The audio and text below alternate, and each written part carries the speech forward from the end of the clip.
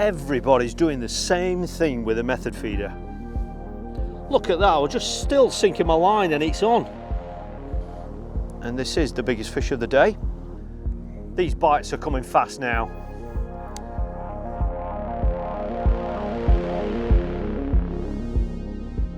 This could give you a massive edge.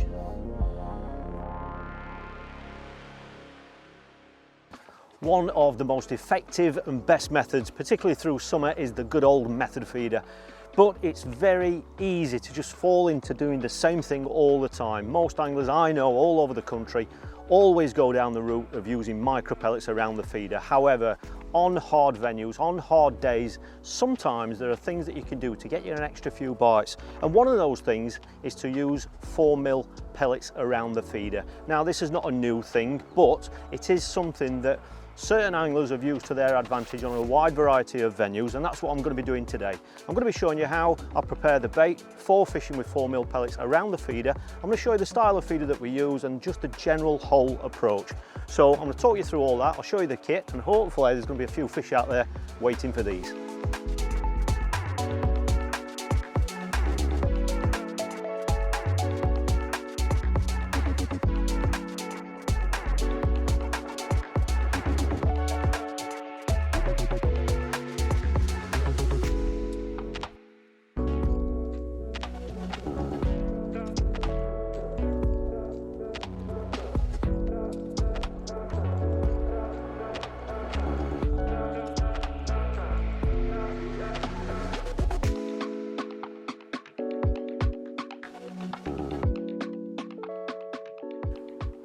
Had a few indications there, and it's always important not to pick up on everything with the method feeder, the self hooking, so that is something that that you need to remember.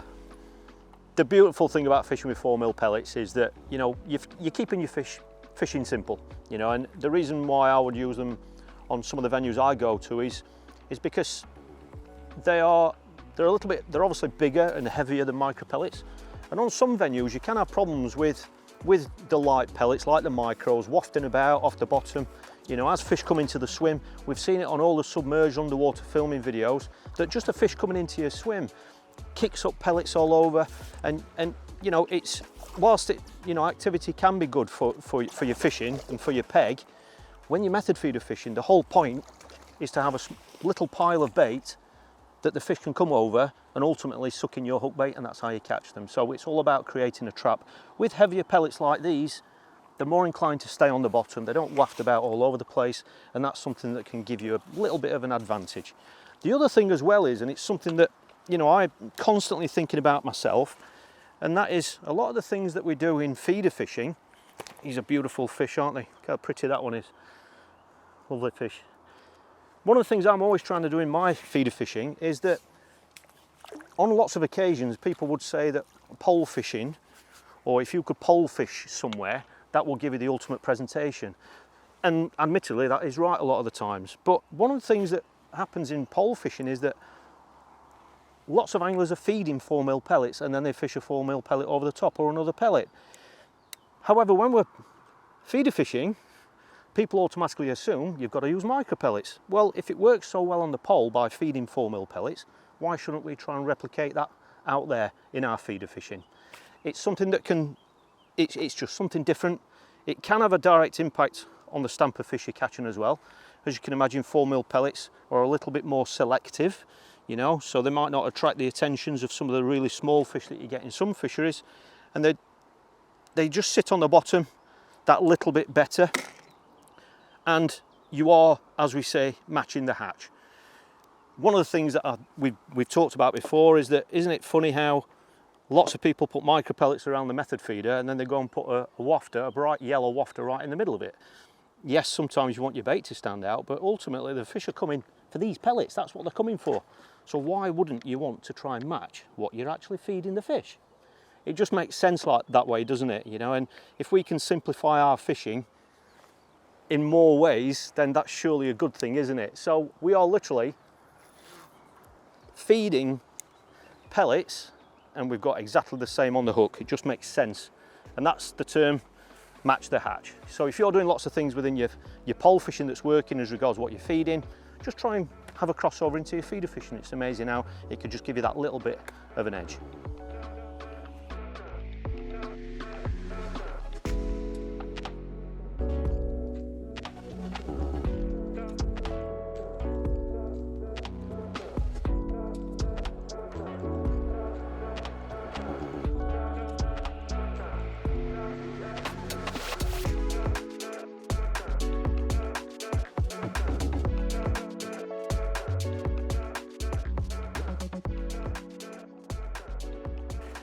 Now, as regards the actual preparation of the pellets, this is a little bit difficult for some people. It certainly is when you try it for the first time.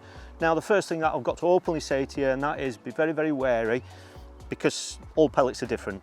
Today, for example, we are using the fisheries pellets. You know, there is a fishery pellet rule here, but these pellets are different from the pellets that I would normally use if I was using Sonobaits pellets or going to a different fishery. So there isn't a set amount of time that you need to soak them for to get them just right. So you will need to experiment a little bit with your particular type of pellet. On this particular occasion, we've soaked some here, and these have taken between 10 and 15 minutes. Between 10 and 50 minutes has been just about right, but that might differ depending on the types of pellet that you're using. One little tip that we can give you is that, you know, if you are heading off to a fishery or you've got a local fishery that you go to, just buy a couple of bags and take them home with you and just have a little bit of a play around, have an experiment with them, you know, and that way you'll get an idea, you'll get to know exactly. There's another fish now, it's working really well now. We've had one just about every cast now. So if you are able to get hold of a bag or two to take home with you and just have an experiment, you know, most people soak them with water at home anyway, so the temperature is definitely going to be usually going to be the same, and by doing that and experimenting, you're going to get some sort of an idea of how long you can soak those particular pellets for, just so that they're just right, ready for your next session.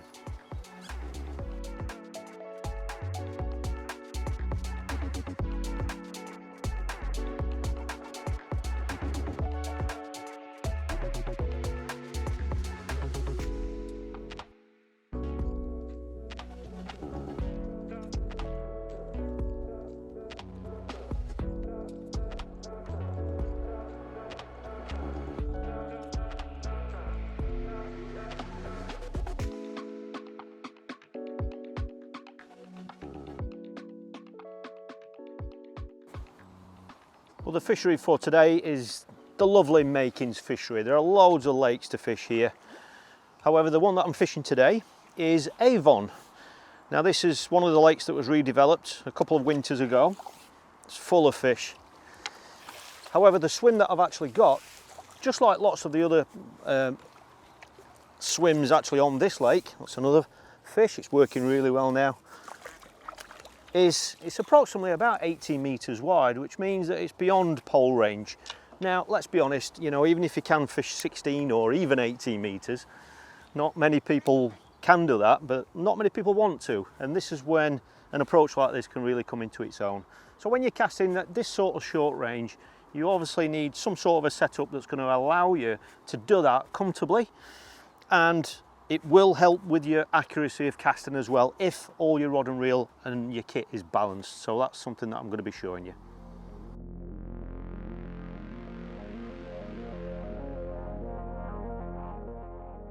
When you're catching fish like the ones that we're catching today, you don't need a really strong rod. You know, lots of these carp are probably, they're in that up to 3 pound sort of size, but tattle that I've got here will land fish well into double figures.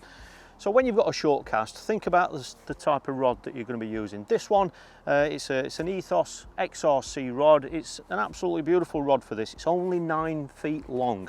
Now, that's one of the key things to remember. If you're having a short cast, you only need a short rod, and it will help your accuracy. I see people out there trying to cast 18 metres with a 12-foot rod. It sends your feeder far too high. The rod is too long. You know, by the time you release the feeder, you've got to try and catch it on your line clip. So think about the style or the range that you're going to be fishing when you're looking at rod selection. So it's a 9-foot rod. Because it's such a short, light rod, you only need a small compact reel to go with it, something like a 3000 size reel. This is the HX Pro reel, and I've actually got this loaded with 8 pound Horizon line. You can get away with 6 pound, but recently, over the last 12 months, I've stepped up to 8 pound because it gives you that extra little bit of assurance.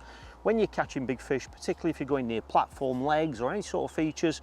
But the horizon line is low diameter for the actual strength of 8 pounds, so it means it comes off your reel really nice and smoothly. And that is a really nice light setup, and the tip is just 1.5 ounce tip. That's all you need. You could go down to 1 ounce, but for me, a setup like this, if you've got 1.5 ounce tip in there, even though it's only a 9-foot rod, I could easily fish past 30 to 40 meters with this sort of a setup.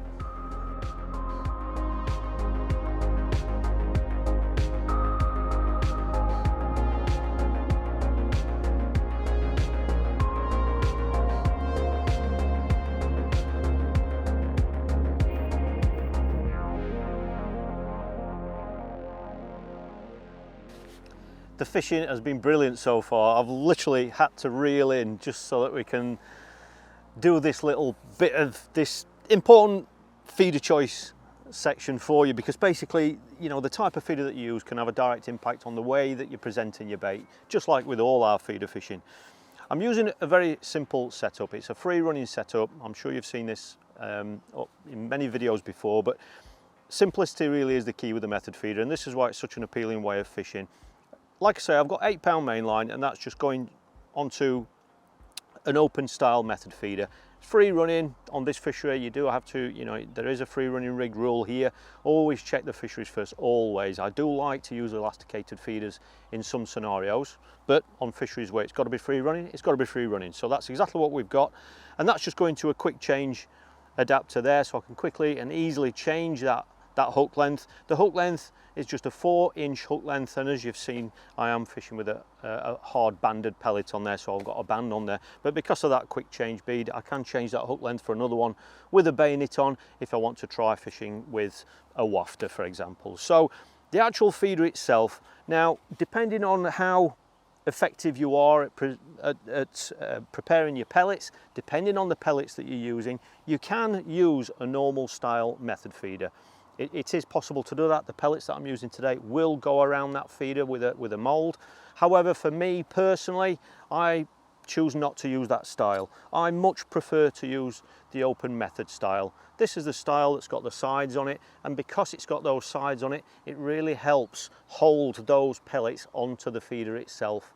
You know, and that's something that's absolutely critical to your method feeder fishing, because when you cast your feeder out there, you need to achieve that ball of bait. That's what this method is all about. It's a small ball of bait on the bottom with your hook bait presented right in the middle. That is the key.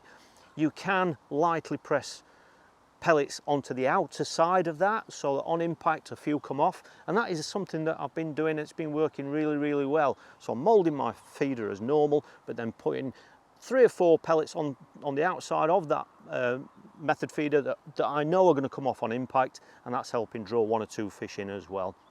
So that is definitely something that will give you an advantage, because the sides on these feeders help hold those pellets in, and that feeder I'm holding up there isn't the size that I would be using here. We're casting into very shallow water. We're only casting 18 meters, and when I retrieve the feeder and leave some pellets out there, the fish are there, they're going straight to the pellets, and so on my next cast, the last thing I want to do is crash that amongst them when it's only that deep, because you're going to go spooking the fish.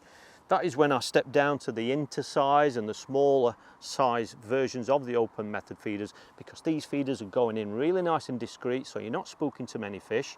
That is a really small mound of bait, as you can see, and that is literally the size of a carp's mouth. So as the carp comes in, your hook bait is in the middle. It's very hard for a fish not to suck your hook bait in, and because we're casting quite regular, we're not putting too much bait in.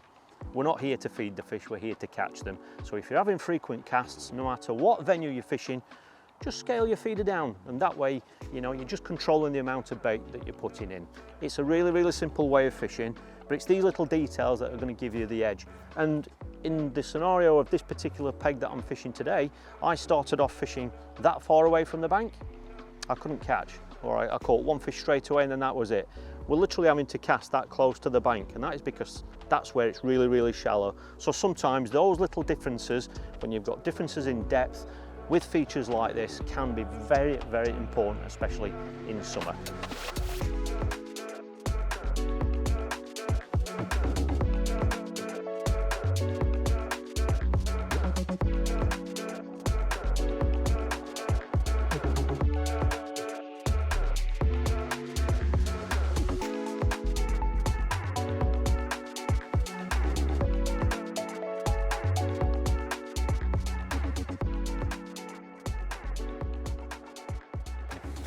As we said earlier, there are lots of things that we do in pole fishing and float fishing that we don't necessarily try and replicate within feeder fishing, and that's exactly what we're doing here. Matching the hatch, it's not something that you can do when you're using micro pellets. It's all right saying the fish are eating micro pellets, but you can't put a micro pellet on your hook. This is directly fishing exactly what you are feeding the fish. Now the size of these pellets is actually 4mm, and we've just had about 3 or 4 casts where we haven't caught anything. It's just gone a little bit quiet. And let's face it, that will happen on most occasions. It's very, very rare that you're going to catch throughout the whole session. And when your swim goes quiet, if you've got any sort of little things that you can try to catch you those 1 or 2 extra fish, then that can be enough to win you that section or get you in the frame. So what I've just done is I've just switched to a wafter. Now these are the micro Bandon wafters. They're actually fluorescent colours, but these are virtually the same size as these 4mm pellets. So I've got a hook bait on now that is, yes, it's the same size as the 4mm pellets that we've got around the feeder.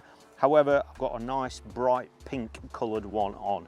So that is just something that can stand out from your feed bait, and sometimes that can just be enough to capture those 1 or 2 extra fish just by having a bait that is exactly the same size as what you're feeding, but it's much, much brighter. And that can just really be a way of catching 1 or 2 of those extra fish.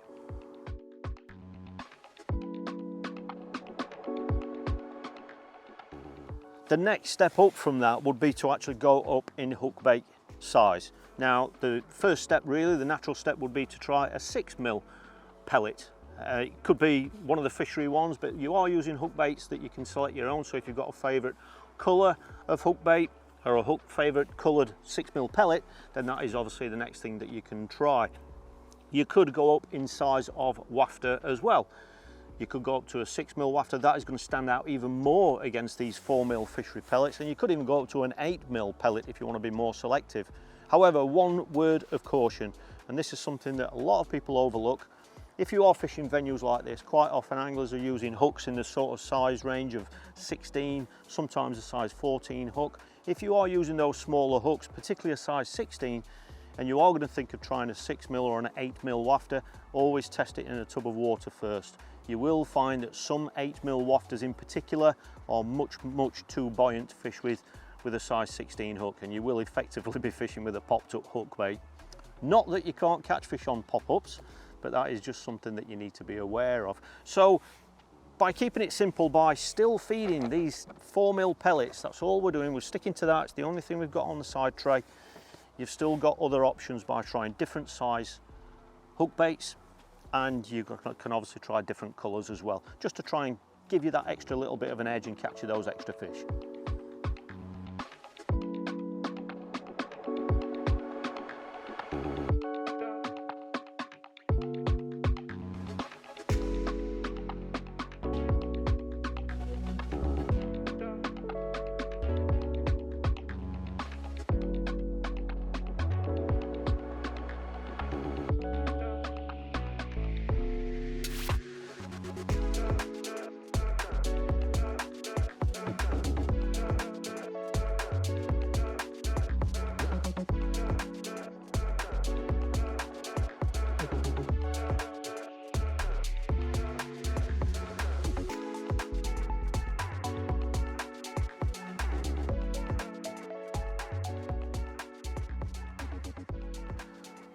Well, that just goes to show you, doesn't it? Sometimes just making a quick change, we don't always know the reason why, but I've just changed to a pink micro fluoro Bandon wafter, and we've got one. It's just constantly just being confident in what you're doing, you know, by keeping those 4mm pellets going in. It's dead easy to just quickly change the colour of your bulk bait, the size of it, just for a quick impact. You know, and I've fished lots and lots of matches where those little changes have caught you the extra 2 or 3 fish that you've needed, you know, and this is how you can sometimes just stay that little bit in front, you know, when your swim goes that little bit harder. But this looks like it's a good size, probably the biggest fish of the day, ironically, and that's the first fish on one of these wafters. Whether that's what's made the difference, we don't know. But it's just something to bear in mind that, you know, if you believe the fish are still there, if you believe that there's still fish out there rooting around all that bait what you're putting in, then sometimes you can just get one to turn on a different sort of a hook bait. And this is the biggest fish of the day, which is going to be a fantastic fish to finish on. It's been a brilliant session, and admittedly there have been better ways of fishing here today. Just by leaving a few pellets loose on the top of the feeder so they're coming off on impacts, that's really made a difference. And by sticking into that shallow water, that's really made a difference. Well, that's a lovely fish to finish on. Look at that one. It just goes to show, I mean, where we're fishing today, it's literally inches deep, you know, it's really, really shallow. That just shows you that you can get fish of all sizes in that shallow water. But by using 4mm pellets, you've got fish that they're not filter feeding like they do over ground bait, like they do over micro pellets. They're picking off individual bits of bait, and sometimes that can make a huge difference. Look at that, beautiful fish to finish on.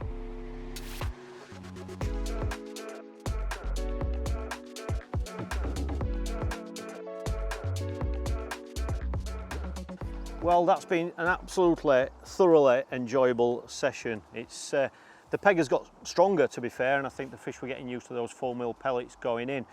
And I strongly believe that they've given us a huge advantage on fisheries like this, and it's worked brilliantly today. We've had loads and loads of fish.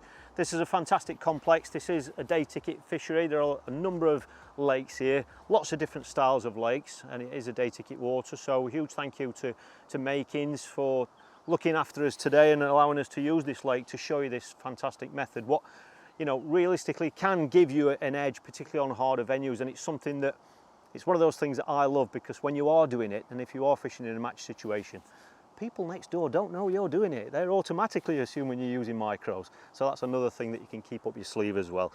So we hope you've got some value from this. We hope it's going to help you catch more fish. And if you've fished with 4mm pellets around the feeder, please share your experiences of it in the comments so that I and the team here and other viewers can benefit from your experience using them. So thanks for watching, really appreciate it, and we look forward to seeing you again real soon.